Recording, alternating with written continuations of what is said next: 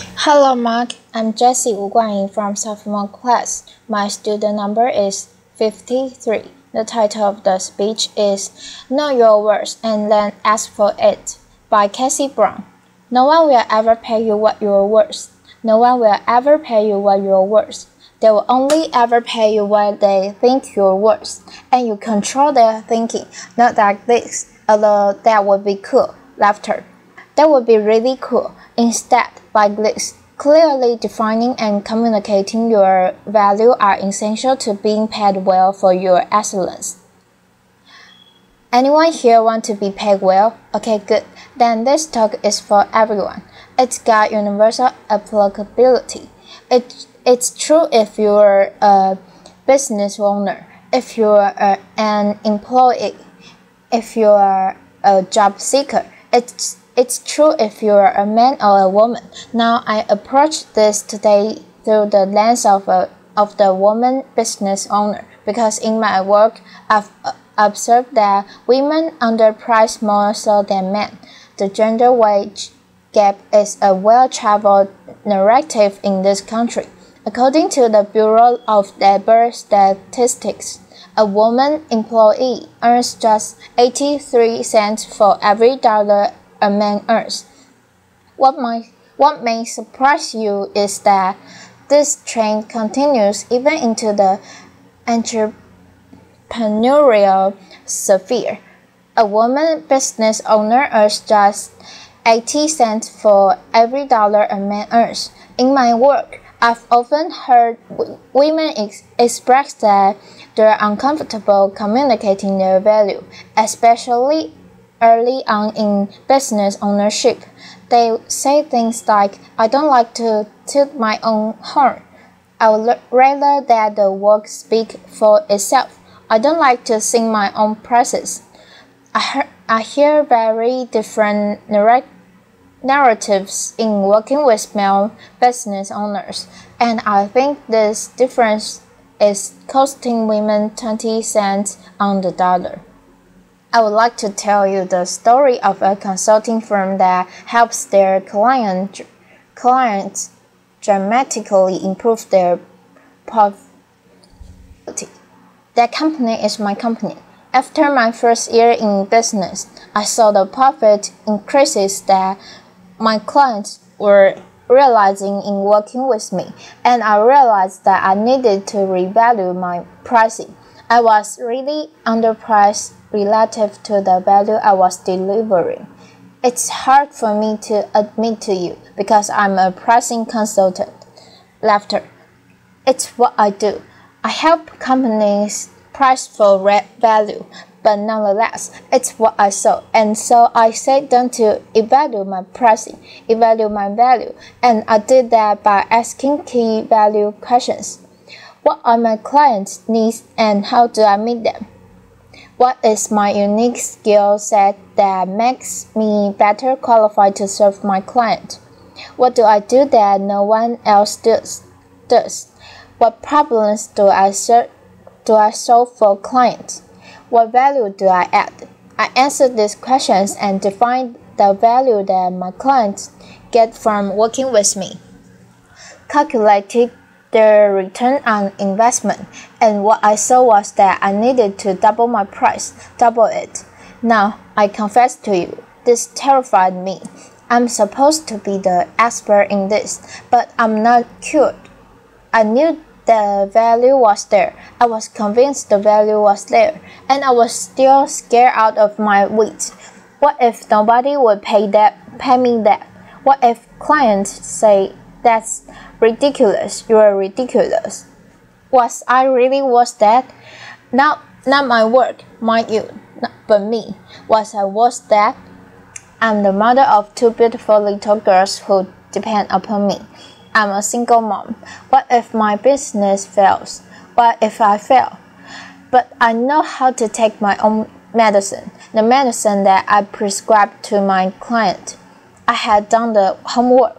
I knew the value was there, so when prospect came, I prepared the proposals with the new higher pricing and sent them out and communicated the value. How's the story end? Client continue to hire me and refer me and recommend me, and I'm still here. And I'll share this story because thoughts and fears are natural and normal, but they don't define our value, and they shouldn't limit our earning potential. I'd like to share another story about a woman who learned to communicate her value and found her own voice. She runs a successful web development company and employs several people. When she first started her firm and for several years thereafter, she would say, "I have a little web design company." She would actually use those words with clients. "I have a little web design company." In this and in many other small ways, she was diminishing her company in the eyes of prospect and client, and diminishing herself. It was really impacting her ability to earn what she was worth. I believe her language and her style communicated that she didn't believe she had much value to offer. In her own words, she was practically giving her services away, and so she began her journey to take responsibility for communicating value to clients and changing her message. One thing I share with her is that it's so important to find your own voice, a voice that's authentic and true to you. Don't try to channel your sister-in-law just because she's a great salesperson or your neighbor who tells a great joke if that's not who you are. Give up this notion that it's tooting your own horn. Make it about the other party. Focus on serving and adding value, and it won't feel like bragging. What do you love about what you do? What excites you about the work that you do? If you connect with that, communicating your value will come naturally. So she embraced her natural style, found her voice, and changed her message. For one thing, she stopped calling herself a little web design company. She really found a lot of strength and power in communicating her message. She's now charging 3 times as much for web design, and her business is growing. She told me about a recent meeting with a gruff and sometimes difficult client who had called a meeting questioning progress on search engine optimization. She said in the old days that would have been a really intimidating meeting for her, but her mindset was different. She said she prepared the information, sat down with the client, said, "This isn't about me. It's not personal.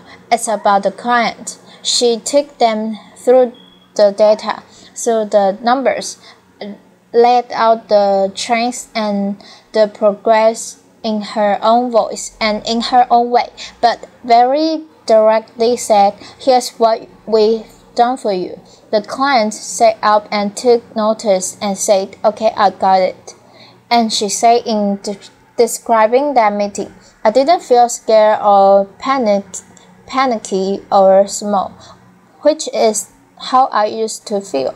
Instead, I feel like, okay, I got this. I know what I'm doing. I'm confident." Being properly valued is so important. You can hear in this story that the implications range far beyond just finances into the realm of self-respect and self-confidence. They have told 2 stories, one about defining our value and the other about communicating our value. And these are the 2 elements to realizing our full earning potential. That's the If you are sitting in the audience today and you are not being paid what you are worth, I would like to welcome you into this equation. Just imagine what life could be like, how much more we could do, how much more we could give back, how much more we could plan for the future, how validated and respected we would feel if we could earn our full potential, realize our full value. No one will ever pay you what you're worth. They'll only ever pay you what they think you're worth, and you control their thinking. Thank you. Applause.